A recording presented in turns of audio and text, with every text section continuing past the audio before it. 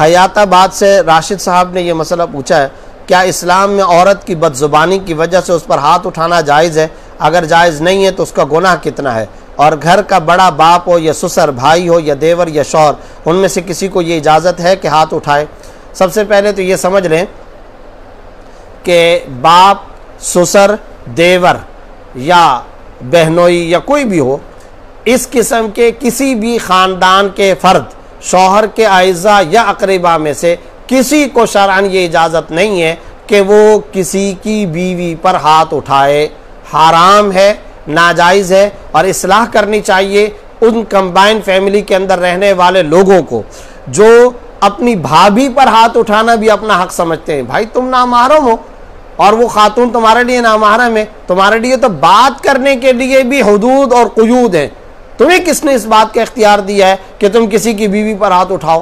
ہمارے بعض قبائلی معاشرے اور بعض سماج کے ایسے باقاعدہ قبیلے موجود ہیں، خاندان موجود ہیں کہ اس کے اندر اس بات کو حق سمجھا جاتا ہے۔ چھوٹے بھائی کی بیوی ہے تو بڑا بھائی سمجھتا ہے کہ میں اپنی بھابھی پر اور چھوٹے بھائی کی بیوی پر ہاتھ اٹھا سکتا ہوں، گالم گلوچ کا شکار کر سکتا ہوں اور اسے برا بھلا کہہ سکتا ہوں۔ حرام تصور ہے، ناجائز تصور ہے، خلاف شریعت تصور ہے۔ لہٰذا ایک تو اس کی اصلاح کرنے کی ضرورت ہے، پہلے قدم پر اس بات کو اپنے ذہن کے اندر بٹھا لیں کہ اس کی شرعاً کوئی اجازت نہیں ہے۔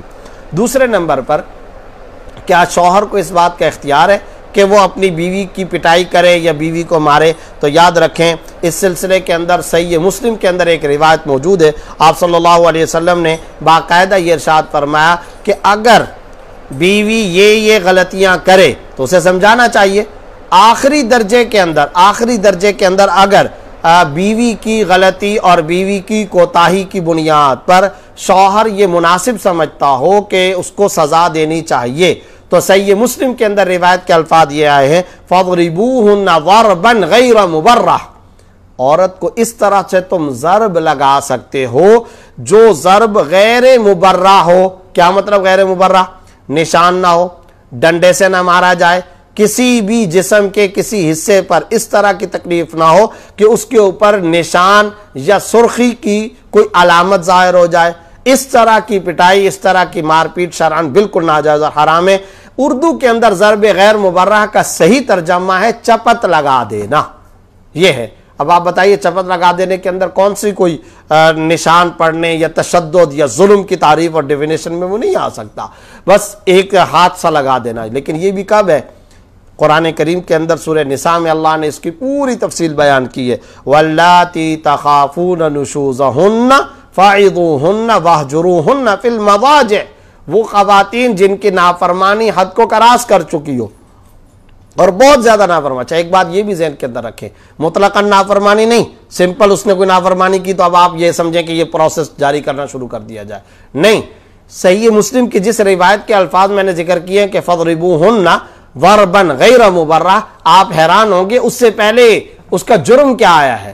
عجیب و غریب اخلاقی کردار کا جرم آپ صلی اللہ علیہ وسلم نے بیان کیا ہے، اور وہ کیا کہ اگر کوئی خاتون اپنے گھر میں کسی ایسے نامحرم فرد کو آنے دیتی ہے جس نامحرم مرد کے آنے پر شوہر ناراض ہوتا ہے، ایسی صورت میں پھر شوہر کے لیے گنجائش ہے کہ اس کو چپت لگا دے۔ اب آپ دیکھیں یہ تو اخلاق و کردار کی خرابی ہے۔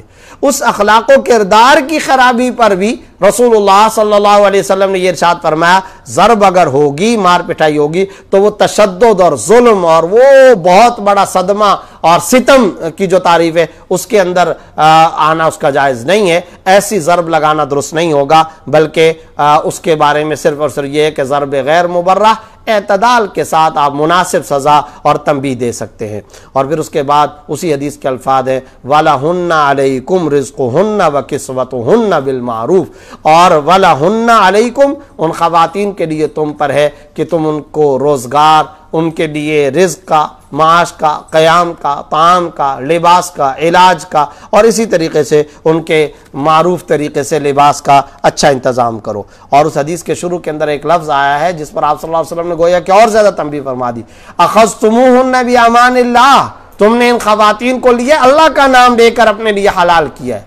وفی روایہ حللتموہن بامان اللہ، تم نے ان عورتوں کو اپنے اوپر حلال کیا اللہ کے نام کے ساتھ، اللہ کا نام لے کر کے تم نے نکاح کے شرعی طریقے سے تم نے ان کو اپنے اوپر حلال کیا ہے، لہٰذا یہ تمہاری امان کے اندر ہیں، ان کا خیال رکھنا تم پر ضروری ہے۔